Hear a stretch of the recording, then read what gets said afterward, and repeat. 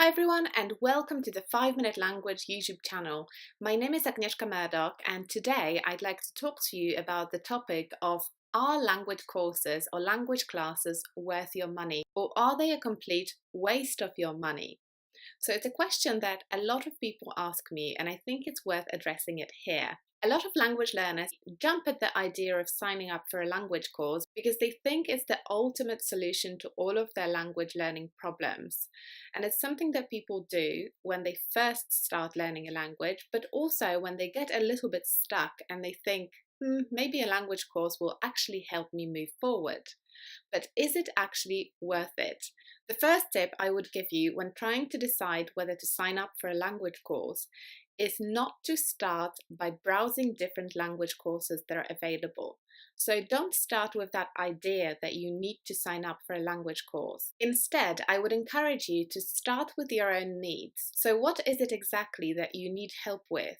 What are you struggling with, and what would you be willing to pay for? What is it that you can't do on your own? What is it that you're struggling with that you really need somebody's support with? So exploring these questions will basically help you identify your own needs. And then based on your needs, you will be able to decide what tools would be appropriate to address them. So asking yourself these questions basically forces you to think outside the box, and rather than thinking of a course as the kind of ultimate solution or a tool that will definitely help you move forward, you can start thinking about other ways of addressing your issues. So, for example, a friend of mine is struggling with speaking. She's learning Swedish at the moment, and she's been learning it for a while. She is kind of using language learning apps, and she's using lots of free resources which are available online, including YouTube channels and various apps and various websites with Swedish vocabulary. But she's really struggling with speaking. So the kind of advice I would give her is that she shouldn't necessarily sign up for a language course, because the only area that she's struggling with when studying Swedish independently on her own is speaking. And signing up for a language course is not necessarily the best idea in this situation. So what she needs instead, for example, is a language exchange partner or some kind of an opportunity for practicing your speaking.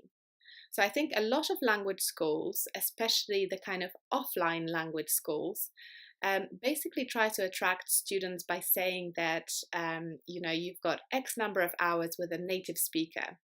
But what does it actually mean? What are you paying for? Are you paying to really speak with the native speaker for several hours?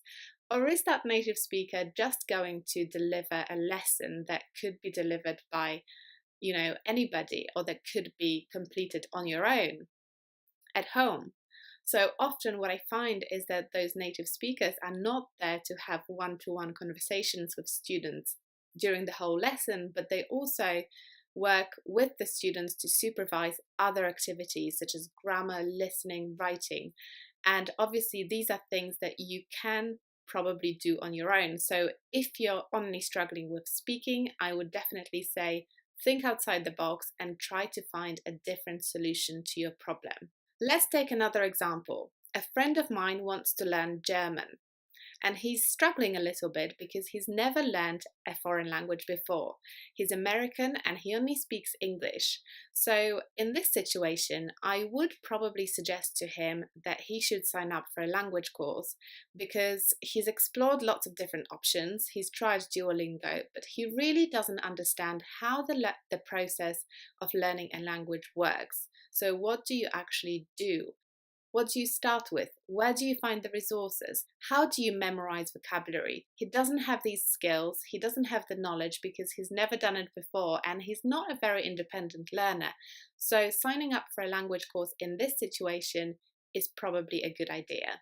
One thing that language courses can be really good for, and this is for people who haven't learned a language before, and for those of you who have, is that you can get real-time feedback. So obviously attending a language course in person is an opportunity for you to interact with a language teacher in real time. So if you make a mistake, if you're doing some writing or speaking, the teacher will be able to draw your attention to that mistake and correct you and help you avoid that mistake in the future.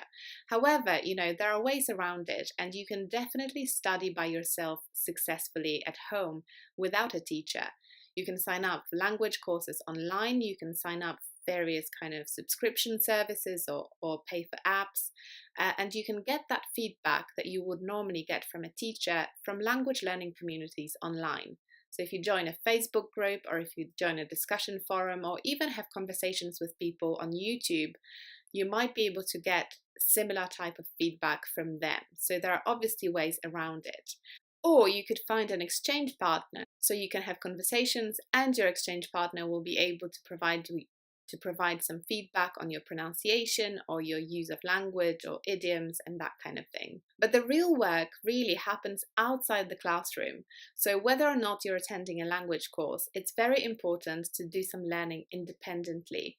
So the bottom line is everyone is different, every course is different, but generally my advice to you would be start with your own needs and explore what it is that you actually want to get out of a course or a resource or an online subscription service. Make sure that you know exactly what it is that you're struggling with. What is it that you can't do by yourself that you need help with? And that will hopefully guide you and help you decide what course is appropriate for you. Because once you know the answers to those questions, you can start looking at courses, browsing different options, and trying to choose the thing that really targets the area that you're struggling with. So I hope you found this video useful. Make sure you subscribe to the channel and give this video a thumbs up if you enjoyed it. I'll see you next time.